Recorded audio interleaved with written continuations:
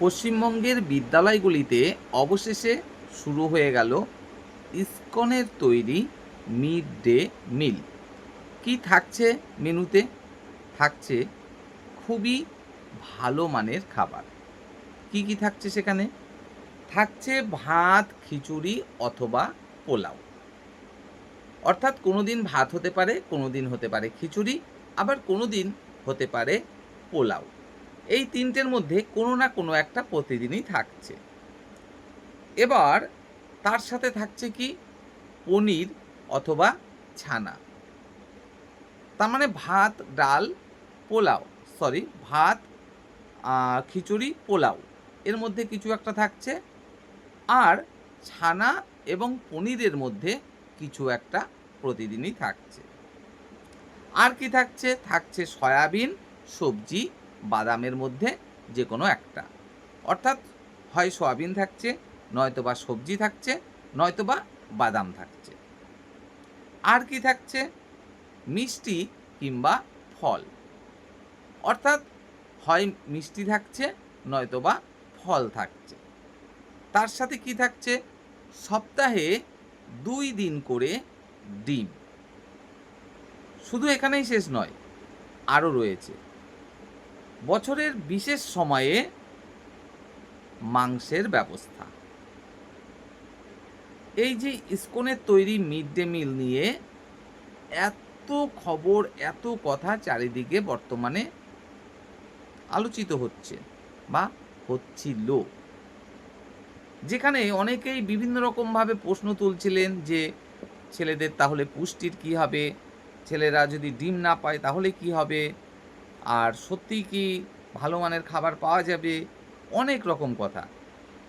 কিন্তু না, সেই অভিযোগ খণ্ডন করে অবশেষে ইসকন তারা কিন্তু দেখিয়ে দিল তাদের উপরে পশ্চিমবঙ্গ সরকার যে গুরুদায়িত্ব দিয়েছেন পশ্চিমবঙ্গের ভবিষ্যৎ প্রজন্মের পুষ্টি নিশ্চিত করার জন্য, তারা কিন্তু সত্যিই সেটা করছেন দায়িত্বের সাথে। চিন্তা করে দেখুন, বিভিন্ন জায়গায় বিদ্যালয় থেকে নানান রকম খবর আমাদের সামনে কিন্তু প্রতিনিয়ত আসে। কোথাও সপ্তাহে ১ দিন ডিম হয় না, সেখানে ২ দিন করে সপ্তাহে ডিমের ব্যবস্থা করছে বর্তমান পশ্চিমবঙ্গ সরকার।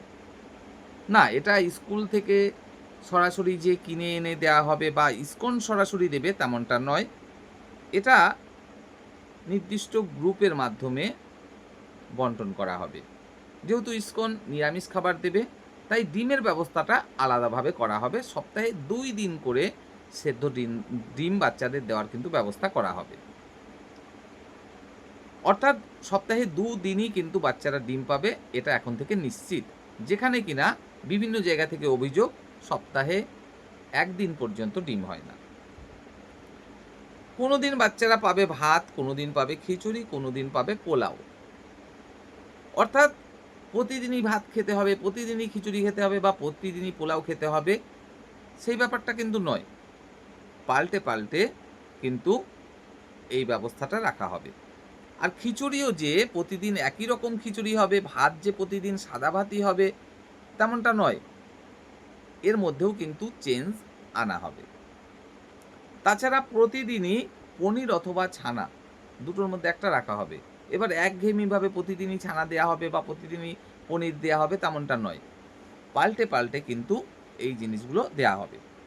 মিষ্টি এবং ফল আমরা জানি, বিশেষ করে শীতকালের দিকটায় ফলের আমদানিটা বেশি হয়।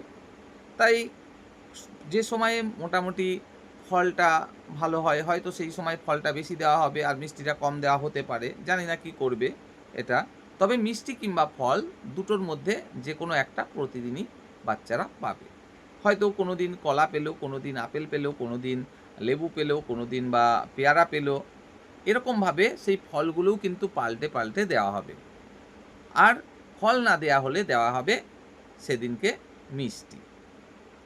আর বছরের নির্দিষ্ট সময়ে মাংসের ব্যবস্থাও কিন্তু করছে পশ্চিমবঙ্গ সরকার। তবে সেটাও ইসকনের থেকে দেওয়া হবে না, সেটাও কিন্তু আলাদাভাবে দেওয়া হবে। আর ইতিমধ্যে এই ব্যবস্থাটা কিন্তু শুরু হয়ে গেছে কলকাতায়। কলকাতার প্রায় ৫০০ বিদ্যালয়ে এই ব্যবস্থা অলরেডি শুরু হয়ে গেছে। সেখানে বাচ্চারা কিন্তু এই ধরনের খাবারগুলো প্রতিদিন পাওয়া শুরু করে দিয়েছে। এরপরে লিস্টে রয়েছে নদিয়া জেলা। নদিয়া জেলাতে এরপরে শুরু হতে চলেছে এই ইসকনের তৈরি মিড ডে মিল, সাথে সপ্তাহে ২ দিন করে সিদ্ধ ডিম এবং বছরের নির্দিষ্ট সময়গুলিতে মাংসের ব্যবস্থা। নদিয়ার পরেই তারপরে শুরু হতে চলেছে রাজ্যের অন্যান্য জেলাগুলিতেও এই একই রকম ব্যবস্থা। অনেকেই হয়তো এই ইসকনকে যে দেওয়া হচ্ছে দায়িত্ব মিড ডে মিলের, এটা নিয়ে প্রশ্ন তুলছিলেন বা এখনও তুলছেন বিভিন্ন রকমভাবে, যে ওটা হয়তো এতদিন প্রশ্ন তুলছিলেন যে হবেই না ভালো মানের খাবার, এখন তো কলকাতায় দিচ্ছে এই ভালো মানের খাবারগুলো। এরপরে অনেকেই প্রশ্ন তুলবেন সে কলকাতায় দিচ্ছে, জেলাগুলোতে এরকমটা হবে না, জেলাগুলোতে ঠিক ফাঁকিবাজি দেবে। দেখুন এতদিন যাবত আপনারা কি দেখেছেন? ওই মোটা চাল যেটা সরকার থেকে দেওয়া হয়, এক্ষেত্রে সত্যি আক্ষেপের বিষয় যে বাচ্চাদেরকে যদি একটু ভালো মানের চাল দেওয়া যেত, হয়তো বাচ্চারা আরও ভালোভাবে খেতে পারত। আর এই চালের ব্যাপারটা অবশ্যই একটু প্রশ্নচিহ্ন এতদিন যাবৎ ছিল, কিন্তু বর্তমানে যেহেতু ইসকন থেকে খাবারটা দেয়া হবে, তাই আশা করি সেই বিষয়টা দেখা হবে।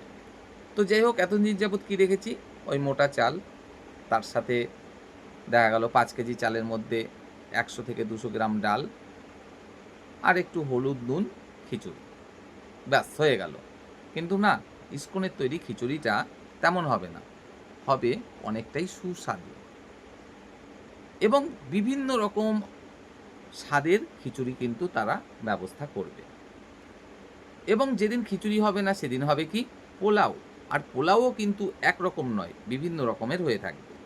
আর যেদিন খিচুড়ি বা পোলাও কোনোটাই হবে না, সেদিন হবে সাদা ভাত। আবার সপ্তাহে আমরা যেখানে একদিন ডিম বাচ্চাদের পাতে দেখতে পারতাম না বিভিন্ন জায়গায়, সেখানে ২ দিন করে ডিম দেখব। বছরে হয়তো দেখতাম একবার মাংস পেত কোনো অনুষ্ঠান উপলক্ষে, সেখানে বছরের নির্দিষ্ট সময়ে বেশ কয়েকবার মাংসর ব্যবস্থা থাকবে। মিষ্টি কিংবা ফল, হ্যাঁ আমরা দেখেছি একটা মাসের জন্য নির্দিষ্ট কিছু বরাদ্দ করা হতো এতদিন যাবৎ। এই চলতি আর্থিক বছরে ১২ দিনের টাকা বরাদ্দ করা হয়েছিল। কিন্তু এখন থেকে ইসকনের পক্ষ থেকেই প্রতিদিনই বাচ্চাদের মিষ্টি কিংবা ফল দেওয়া হবে।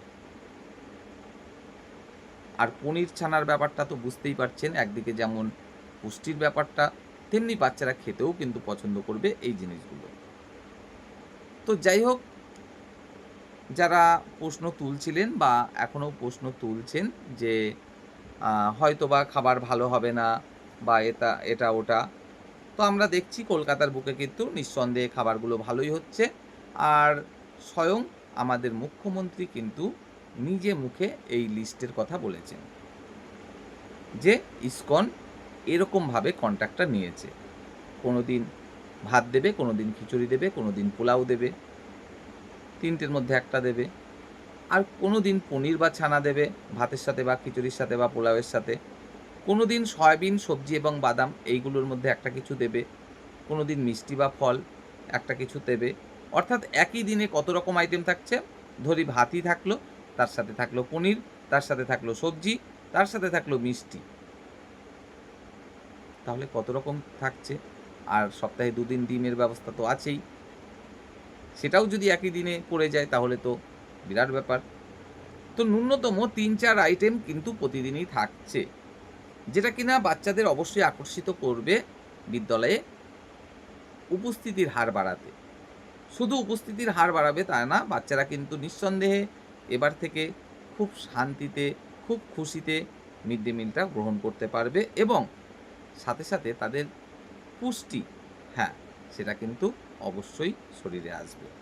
তো খুব ভালো এটা একটা উদ্যোগ এবং আমরা আশা রাখব শুধুমাত্র কলকাতায় নয়, রাজ্যের প্রতিটা জেলায় খুব তাড়াতাড়ি করে এই ব্যবস্থা চালু হোক।